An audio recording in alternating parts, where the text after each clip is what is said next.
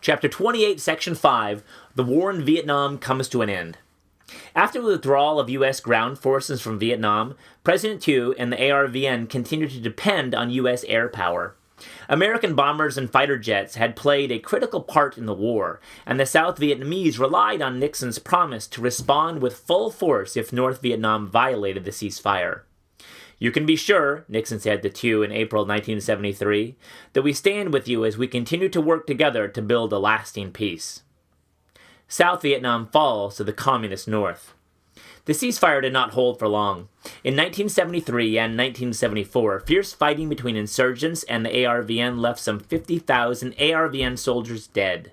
Meanwhile, North Vietnam readied a final invasion of the South by rebuilding its army and military apparatus. On March 1975, the NVA launched an all-out offensive. As ARVN forces scattered in the face of the assault, Thieu pleaded with the United States for help. Gerald Ford, who had succeeded Nixon in 1974, urged Congress to boost military aid, but he did not demand that U.S. forces return to Vietnam. In a speech on April 23, 1975, Ford said, "America can regain the sense of pride that existed before Vietnam, but it cannot be achieved by refighting a war that is finished as far as America is concerned." 4 days after Ford's speech, the NVA had surrounded Saigon.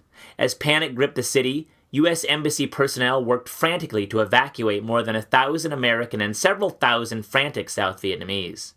Helicopters airlifted most of them from the embassy rooftop to U.S. ships waiting offshore. Early on April 30th, NVA tanks and troops entered Saigon unopposed. President Thieu had resigned and fled 9 days earlier. His replacement, Duong Van Minh, surrendered unconditionally. "I declare that the Saigon government from central to local level has been completely dissolved," he said. The Vietnam War and South Vietnam itself had come to an end. The aftermath of the war in Southeast Asia. The end of the war did not bring an end to suffering in Vietnam, nor did it end the suffering in Cambodia and Laos, where separate communist revolts had occurred. Local communist insurgents took over in both of these countries and worked to convert the people to communism. In Vietnam, communists seized private property and nationalized businesses. Many anti-communists had feared a bloodbath, but instead the communists sent hundreds of thousands of people, including ARVN officers, government officials, scholars, and religious leaders, to re-education camps, where they were subjected to hard labor.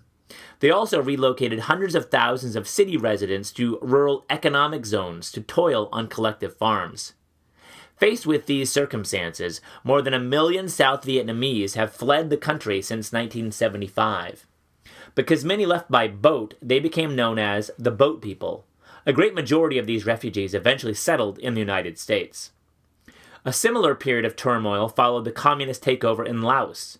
This social upheaval produced some 350,000 refugees, but Cambodians had the worst experience by far. The communist regime there, called the Khmer Rouge, immediately cleared out all urban areas, forcing about 3 million city dwellers to work at hard labor on farms.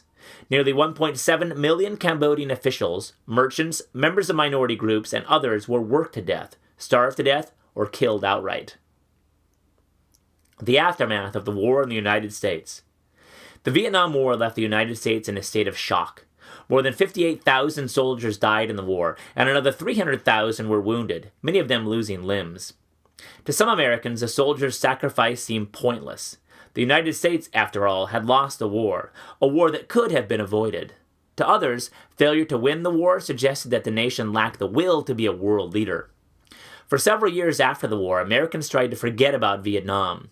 The memories were too painful. Yet those memories also led to change. The country reduced, for a while, its involvement in global conflicts. Also, because of the credibility gap fostered by government officials, Americans no longer automatically trusted what their leaders told them. A monument erected in 1982 helped many Americans, especially Vietnam veterans, come to terms with the war. The Wall, part of the Vietnam Veterans Memorial in Washington, D.C., encouraged Americans to reflect on the conflict and thus heal some of the war's wounds. Many veterans, after seeing the Wall, finally felt they had come home.